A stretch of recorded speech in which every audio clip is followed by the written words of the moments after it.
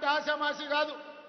యుద్ధం అంటే ఉపన్యాసాలు ఇచ్చుడు కాదు, మైకులో పెద్ద పెద్ద సంభాషణలు చెప్పుడు కాదు. యుద్ధం అంటే ధైర్యం ఉండాలి, యుద్ధం అంటే వెన్నెముక ఉండాలి, యుద్ధం అంటే యుద్ధ తంత్రం ఉండాలి, యుద్ధ నీతి ఉండాలి, గుండెల్లో ధైర్యం ఉండాలి.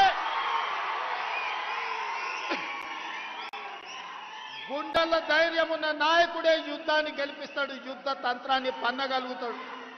అందుకే ఇవాళ తండాలలో, గూడాలలో, మారుమూల పల్లెలో, భారతదేశం నలుమూలల 140 కోట్ల ప్రజలు ఇవాళ ఆనాటి ఇందిరమ్మని గుర్తు చేసుకున్నారు.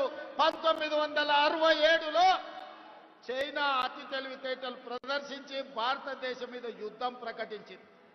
ఆనాటి ప్రధానమంత్రి శ్రీమతి ఇందిరాగాంధీ గారు తిప్పి కొట్టడమే కాదు, చైనాను ఓడించి మోకాళ్ళ మీద కూసబెట్టి చైనాకు గుణపాఠం చెప్తే మన్న జరిగిన చైనా దురాక్రమణ 4000 స్క్వేర్ కిలోమీటర్లు ఈరోజు భారత భూభాగాన్ని ఆక్రమించుకున్నారు.